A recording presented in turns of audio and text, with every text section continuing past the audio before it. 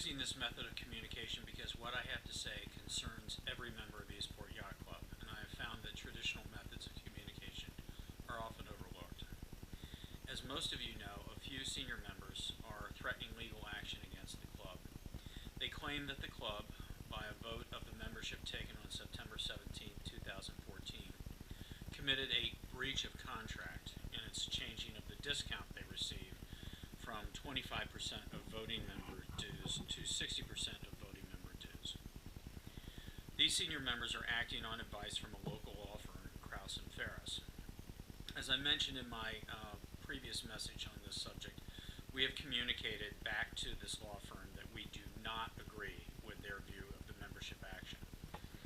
We believe that the club has acted properly and in accordance with our bylaws in making changes to the senior membership category, formerly known as emeritus. A few members have approached me to suggest that if the senior members who were in place prior to the vote were grandfathered, effectively allowing them to retain their previous dues discount level, the threatened lawsuit would not be filed in Anne Arundel County Circuit Court. This would mean that the 55 senior members in place as of last year would pay 25% of voting member dues, while any new senior members would pay the member-approved 60% of voting member dues. Some have suggested that the board could take this action on its own initiative. I wish to inform anyone supporting this grandfathering of current senior member dues that this is not an action that the board could take on its own initiative, even if we were so inclined. I have discussed this with the board and consulted our counsel in this matter, and they unanimously agree with me. The members have approved a change in senior member status by a procedure that is called for in the bylaws. To contemplate any alteration of the outcome of that vote by members would require yet another member vote to do so. Naturally, the board is anxious to avoid the threatened lawsuit, as it would be a drain on club financial and other resources.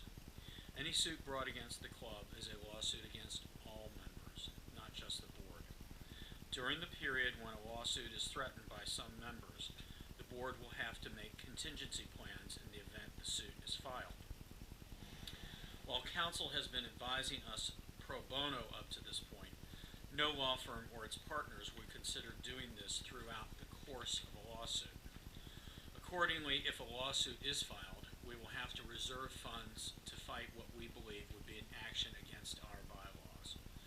If contingent funds are needed, some club services will have to be eliminated and events canceled if they do not at least break even.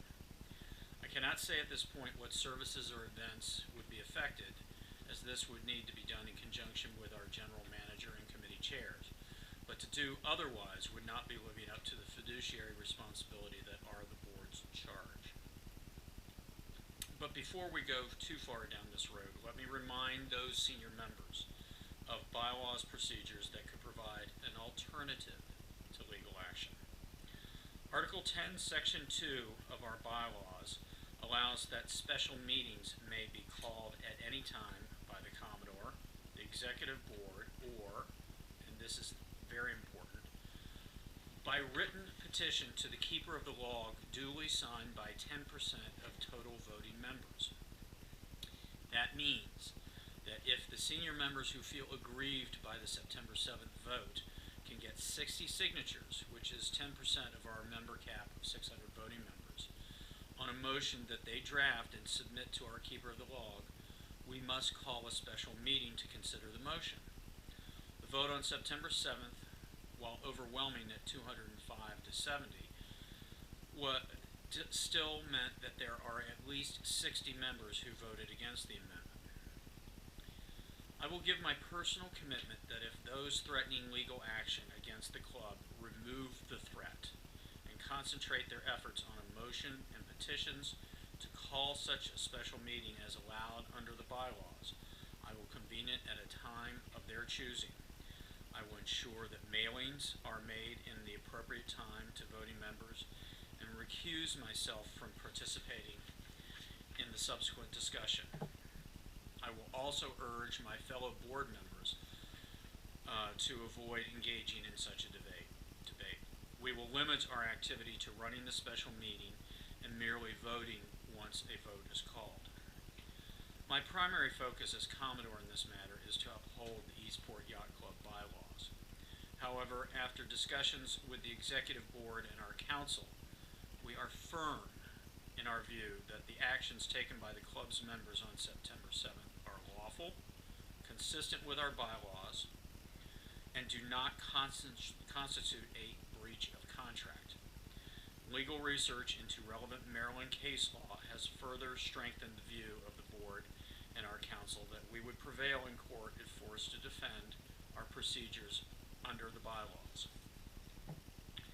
In suggesting the alternative of a member-driven motion and appropriately supported special meeting, I am imploring senior members who feel themselves aggrieved by the member vote of September 7th to seek redress through a process allowed by the bylaws. The alternative, a divisive lawsuit that will drain resources and goodwill from the club, is too awful to contemplate. As I noted in my last communication to you on this subject, the club has found its way through difficult times before. It is my hope that all parties, those senior members who feel aggrieved and those who are now angered by that their club is being threatened with a lawsuit, find it within themselves to stay the course of a process called for by the bylaws. If we can restrain our emotions just a bit longer, we can get through this and once again bring back good fellowship into our midst in the club.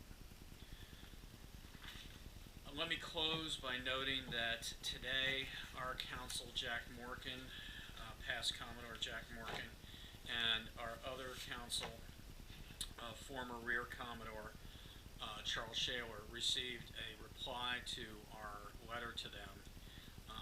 It contains essentially the same arguments that I've noted here. I will be posting it on the bulletin board in the lobby so that other members, if they're interested, may look at it. The only new information in it really is an additional number of members who are participating in this threatened lawsuit. Let me close now and ask that the senior members who are threatening this legal action consider the bylaws alternative that I've outlawed to them and suggest that this is the best way to bring back some semblance of good feeling within the club and avoid any unfortunate lawsuit and the drain of resources